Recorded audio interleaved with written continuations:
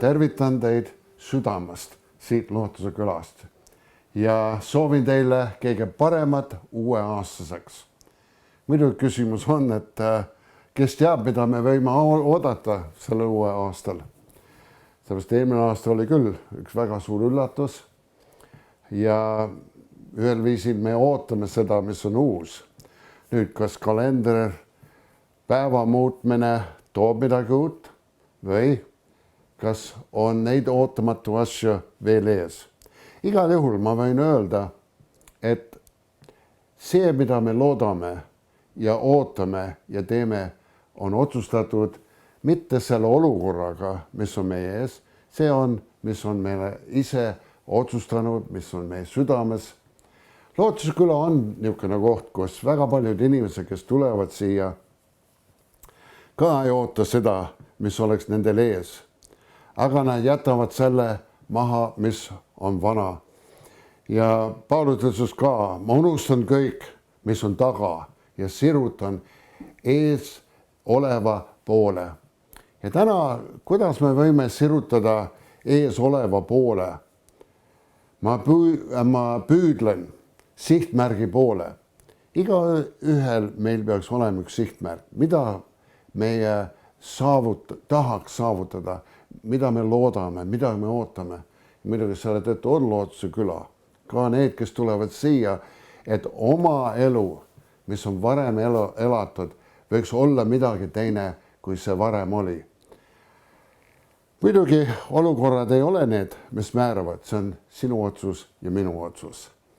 Ja muidugi see, kes elab meies, meil lootus on Jumalas, mitte olukordades, mitte nende asjades, mida keegi mõtleb meie kohta või mida teine võib-olla ootab meista. Ja Paulus ütles ka, nii siis keegi, kes on Kristuses, on uus loodu, vana on möödunud. Vaata, uus on sündinud.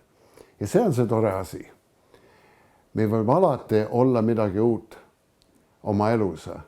Uut selles, mida me usume. Uus selles, mida me loodame.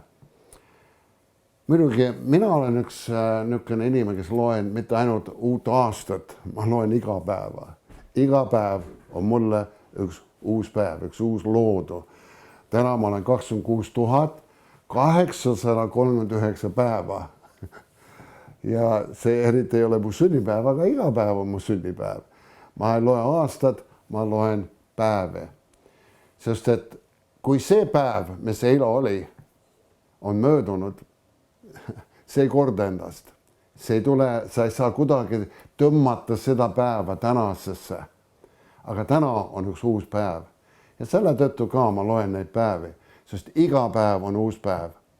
Ja ma võin garanteerida üks asi, et kõik need 26 839 päeva, mida ma olen nüüd elanud, seal ei ole üks päev, mitte üks päev ei ole olnud täpselt nagu teine päev või sarnast. Iga päev on uus päev. Samamoodi aastatega, mis on see aasta, mis on tulemas. See kaugelt ei ole see, mis oli eelmine aasta. Ta ei saa korrata ennast. Nii et see annab meile lootust, see annab sulle lootust. Ja need elud, mis on tulnud siia Lootuse külla ja kes on näinud valgust ja lootust ja midagi uut sündimas nende elus siin, on samamoodi. Ega see iialgi ei korda ennast jälle, mis on sündinud aastad varem. Sellepärast Paulus ütles, ma unustan kõike. Me eriti ei pea unustama need asjad, mis on sündinud, aga ära iialgi unusta seda, mida sa oled õppinud sellest, mis on sündinud. Mida me oleme õppinud eelmise aastast? Mida me oleme õppinud, mis aitaks meid muuta seda aastat, teha selle aasta midagi paremaks, midagi põnevamaks, väljakutsed.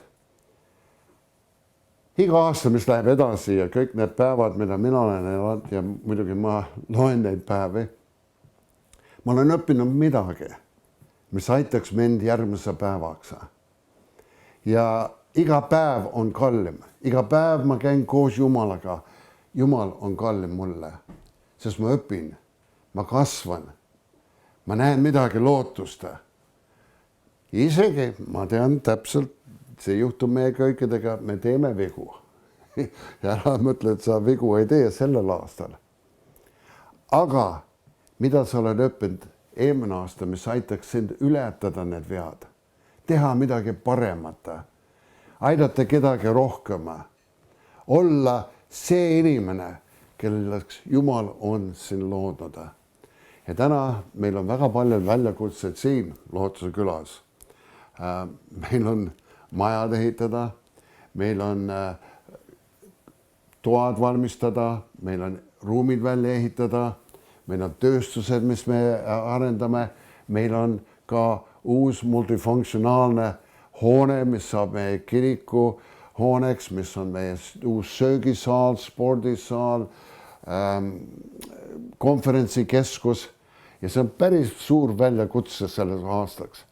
Aga mida ma olen õppinud üle aastate on, et astu edasi sellega, mis sul on olemas. Me ei saa unistada, et oleks seda ja oleks teist ja oleks see aasta midagi teist kui see, mis oli möödunud. Ei, ma õpin sellest. Ma õpin sellest, et kui ma võtan kindlad sammud ja teen seda, mis mul on käes teha, astun edasi usus, siis need asjad sünnivad, mis varem ei ole iialgi sündinud.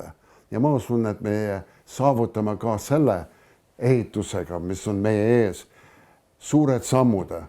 Sellepärast me ei hakka kahetsema seda, mida me ei saanud teha, aga me loodame selle peale, mida me võime teha koos Jumala abiga, koos sinu abiga, koos sellega, et me kõik töötame koos, et see maa, kus me elame, Eestimaa, võiks olla üks parem kohta.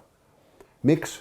Sellepärast on lootust, sellepärast sul on midagi anda, midagi pakkuda, midagi loota koos meie kõikidega. Ja sellepärast me võtame inimese vastu siin Lootuse külas. Ega me ei oota, et nende elu ainult taastaks sellele, mis see varem oli. See oleks kurb lugu. See tõi nad siia. Aga mida meie täna ootame, et olen absoluutselt midagi uut tuleb nende ellu. Et nad ületaks kaugelt see, mis varem oli. Isegi see, mida nad isegi ei ootanud. Ja täna see on meie lootus. Mina ootan kõige paremat. Ma usun kõige paremat. Jälle, las ma kordan seda, sest mu usk ei ole olukordades. Minu usk on Jumalas ja minu usk on selles, mida Jumal ja milleks Jumal on loonud mind ja sind. Et me võiks saavutada see kõige suurema potentsiaalsuse, mis on võimalik sinul ja minul saavutada. Nii et mida ma ootan? Ma ootan kõige paremat. Ja ma ootan muidugi, et olukorrad muutuks. Ma muidugi ootan, et need viirused ja kõik see raskus, mida see on tekitanud, võiks olla me selle taga lõpuks. Aga samal ajal ma ei hakka ootama seda, et kui see muutub, siis meie muutume. Ei, me muutume, meie lähme edasi vaatamata. Tead, kõik need koroonaviirus ja see oli paljudele takistus, see on meile takistused olnud, aga me ei ole iialgi jäänud seisma selle pärast. Me ei ole iialgi viskanud käed üles, et mis mõtet on.